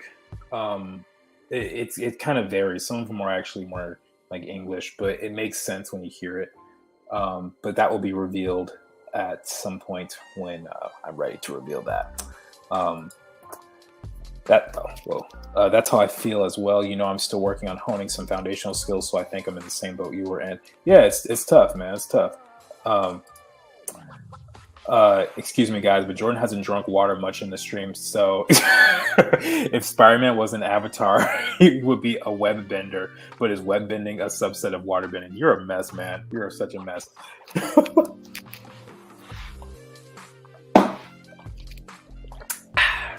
Felt good. But to answer your question, I guess he would be a web bender. I would want to see that intro that Katara does. But I believe Peter can save the world.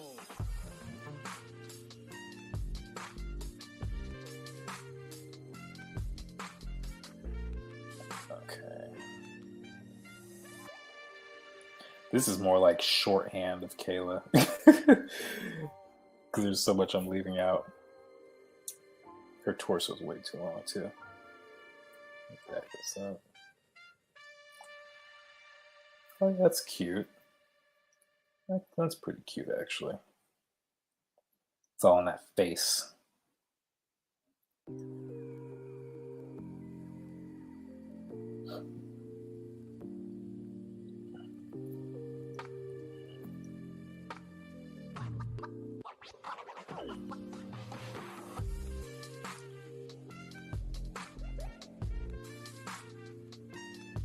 Yeah. Okay. All right, guys. I gotta be honest, having an off night, and it's been 2 hours, so I think I'm gonna call it right about here. Let me just, I'm gonna just read this last comment here. I remember the one time I had Michael Buffington. I emailed him like the first week of class and asked him to critique me really hard, and he didn't pull any punches. I need that though. Yeah, Mike is one of those people. He will not hold back, especially you don't even have to ask him that. He would have done that anyway. But he has a really strong eye, and he cares about the students. Those of you guys who don't know Michael Buffington, he's been my mentor for a long time. He actually went on Art Prof and did a video, I think 2 weeks ago, and he talked about his upcoming school Grind Before Glory, so you can check that out there. But guys, this is my time to exit. It was a pleasure drawing with you all. I hope you enjoyed it, even though I was having some struggles here and there, but that's okay. I plan to be here next Sunday as well, so we can do more character stuff. Oh, Joy says, can you zoom in the face one more time? Let's see. So there's Kayla's face right here. And I guess I could show Aletha and seeing what I did for them. So there's Kayla. Here's Aletha, what we got done for her. And then Asim. Where is he? Yeah, I didn't really finish. It was an off night, guys. You have them sometimes. But it's all good, though. Thanks for the stream, Jordan. We'll definitely try to catch some future ones. Thank you for coming, and come back with some more questions. I appreciate it. Adios, my guy. Bye, Jordan. Drink some water. Yes, I'll be drinking some water right after these messages. So have a good night, you guys. Happy Easter to you all, and peace.